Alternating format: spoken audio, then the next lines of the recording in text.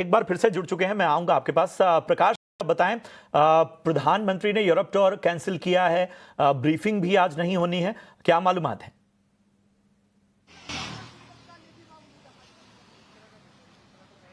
देखिए, मैं prime minister of residence पे हूँ। प्राइम मिनिस्टर के रेजिडेंस है मेरे पीछे, आप देख सकते हैं। यहाँ पर अभी कुछ देर पहले कैबिनेट और कैबिनेट कमेटी ऑन सिक्योरिटी की बैठक खत्म हुई है। जो मिनिस्टर्स हैं वो प्राइम मिनिस्टर रेजिडेंस से बाहर आ गए हैं। औपचारिक रूप से सीसीएस की बैठक में किस तरह के फैसले लिए गए या क्या आगे की रणनीति होगी उसकी जानकारी तो नहीं दी गई है, लेकिन जो सोर्स बेस्ड इंफॉर्मेशन हमें मिल रहे हैं उसके हिसाब से पहले तो डिफेंस मिनिस्टर ने जो मौजूदा हालात है इंटरनेशनल बॉर्डर पे जो कि पाकिस्तान के साथ है उसकी जानकारी दी।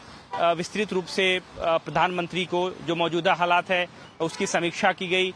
आने वाले दिनों में अगर पाकिस्तान रिटेलिएट करता है फिर फ्यूचर कोर्स ऑफ एक्शन क्या होगा उस रणनीति पर चर्चा हुई।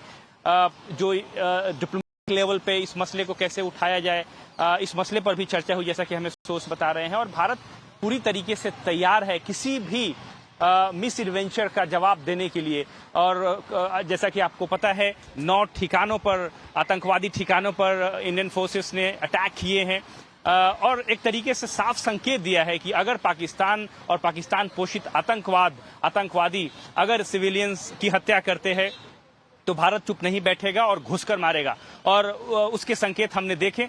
साथ ही साथ आज एक बैठक हुई जहां पर ये सारी जानकारी जो है इंडियन आर्मी ने मीडिया के साथ साझा किया, जिसमें कि इस पूरी जानकारी दी गई कि किन किन ठिकानों पर हमला किया गया है।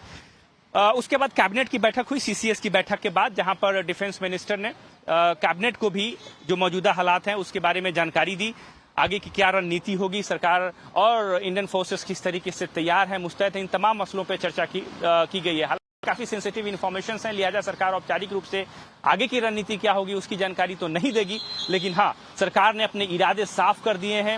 इंडियन फोर्सेस तैयार है और इसके संकेत हम मिलने शुरू हो गए हैं। तो जाहिर तौर पे काफी इंपॉर्टेंट डेवलपमेंट है। और जहां तक आपने प्राइम मिनिस्टर के फॉरेन टूर्स की बात की, उसमें नीदरलैंड और कुछ और देशों की जो यात्रा थी उसको इस वक्त पोस्टपोन कर दिया गया है मौजूदा हालात को देखते हुए। और हो सकता है कि इस महीने के आखिर में प्रधानमंत्री इन देशों की यात्रा पर जाएं।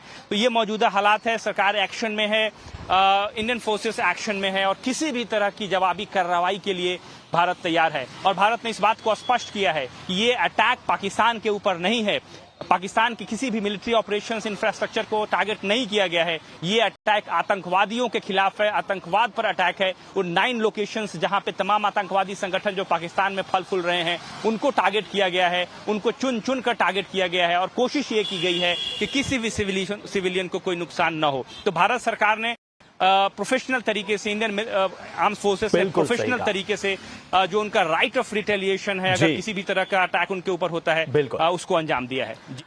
शुक्रिया करेंगे प्रकाश इस अहम जानकारी के लिए। इसके साथ ही रोविंदर सर, आप भी चर्चा में जुड़े, उसका बहुत बहुत धन्यवाद। और आगे भी तमाम चर्चाओं में हम आपको आमंत्रित करते रहेंगे। अपना कीमती समय दिया उसका बहुत बहुत शुक्रिया सर।